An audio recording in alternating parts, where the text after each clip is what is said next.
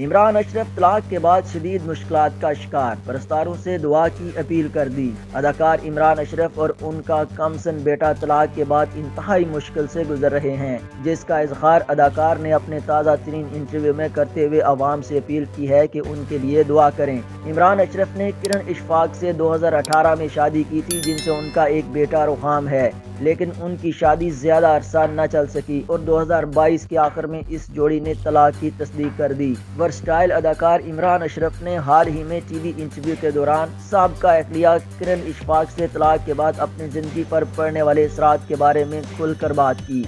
इमरान अशरफ से सवाल किया गया कि आपने एक वीडियो में कहा था कि मेरी जिंदगी तबाही से गुजर रही है, क्या तलाक के बाद आपकी जिंदगी में कोई मनफी असरात आए? जिस पर इमरान अशरफ का कहना था कि मैंने वीडियो में कहा था कि हम तबाही के मरहले से गुजर रहे हैं, लेकिन तलाक के बाद हमारी जिंदगी में कोई मनफी बात नहीं है। मैं और किरण मिलकर हमारे बेटे रुहाम की देखभाल कर रहे हैं। अपने बेटे के बारे में बात करते हुए इमरान अशरफ ने कहा है कि मेरी जिंदगी का सबसे बड़ा मकसद रुहाम की जिंदगी है। मेरा बेटा बड़ा होकर क्या सोचेगा कि मेरा बाप ऐसा था, इसलिए मैंने कभी कोई ऐसी बात नहीं की जिससे मेरे बेटे को नुकसान हो या जो मेरी अखलाकियात के खिलाफ हो।